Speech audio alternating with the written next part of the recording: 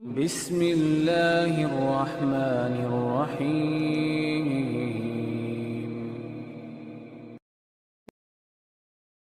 خصوصاً اس دعا کا اہتمام ضرور کیا جائے جو سیدہ عائشہ رضی اللہ تعالی عنہ انہوں نے اللہ کے رسول سے پوچھا تھا کہ اگر اللہ تعالیٰ کی توفیق ملے اور لیلۃ القدر کی رات میں میں عبادت کروں تو مجھے کیا مانگنا چاہیے، تو اللہ کے رسول نے رہنمائی دی تھی، وہ دعا سکھائی تھی جو ہر مسلمان کو یاد ہونی چاہیے، اور مجھے امید ہے کہ آپ سب کو یاد ہوگی۔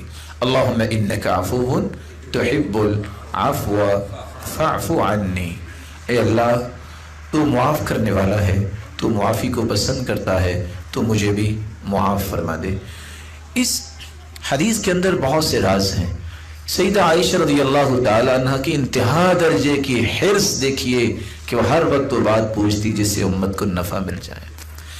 اور اس حدیث کے اندر عفو کا جو سوال ہے فاعف عنی، یہ یہاں ہی کیوں ہے؟ باوجود اس کے کہ ہمیں معافات اور معافی کا تو ہر وقت جو ہے ہمیں ضرورت ہے، اس رات کیوں؟ کیونکہ اللہ عز و جلال کے پیغمبر نے بار بار اپنے چچا سے کہا تھا سل اللہ العفو والعافیہ، چچا زیادہ سے زیادہ معافی اللہ سے مانگا کریں۔ ابن القیم فرماتے ہیں اس رات میں اس کا کیوں اللہ کے رسول نے توجہ دلائی؟ انسان جتنے بھی انعامات زندگی میں حاصل کرتا ہے وہ اللہ کی توفیق سے حاصل کرتا ہے۔ سارا رمضان وہ محنت کرتا ہے، لیکن اچھے لوگوں کی یہی عادت ہوتی ہے، پھر بھی وہ کہتے ہیں یا اللہ اگر کوئی کمی کوتاہی رہ گئی ہے تو معاف کر دے۔ اور یہی اصل عبودیت ہے کہ انسان تقصیر کا اعتراف کرے کہ اللہ مجھ میں بہت ساری کمی ہے۔ ساری زندگی فرشتے عبادت ہی کرتے ہیں، کوئی رکوع میں پڑا ہے، کوئی سجدے میں ہے، اور حدیث تو یہ کہتی ہے کہ آسمانوں میں 4 انگلیوں کی جگہ خالی نہیں ہے، کوئی رکوع میں ہے، کوئی قیام میں ہے، کوئی سجدے میں ہے، لیکن قیامت کے دن فرشتے بھی کہیں گے ما عبدناک حق عبادتک، اللہ ہم تیری عبادت کا حق ادا نہیں کر سکے۔ تو حق یہی بنتا ہے کہ آخری عشرے میں کثرت سے یہی دعا کی جائے۔